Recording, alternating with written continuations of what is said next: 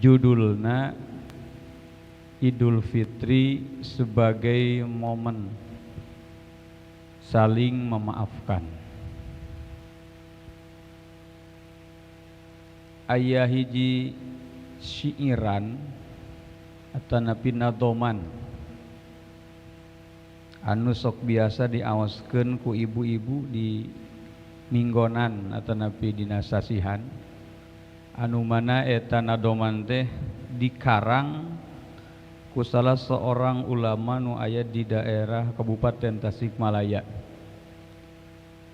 Mama Khoer Afandi, salah sawios ulama di kurun masa pangarsa Abah Sepuh. Kieu nadomna teh.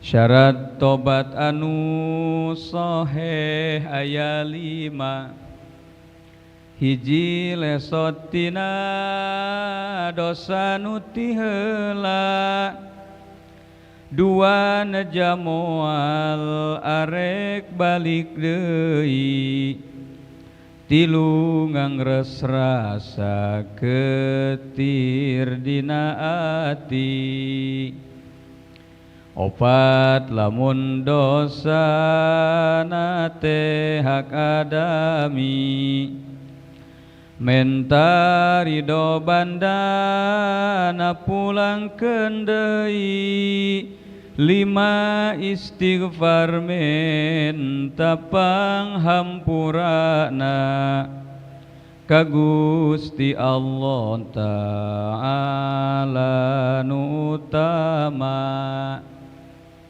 Tadina poin anu ka 4 aya bahasa kieu, lamun dosa na teh hak adami menta ridho bandana pulangkeun deui.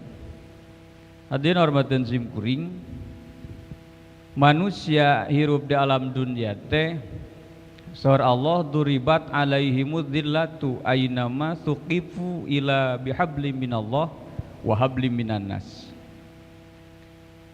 Aya hubungan manusia jeung Allah, aya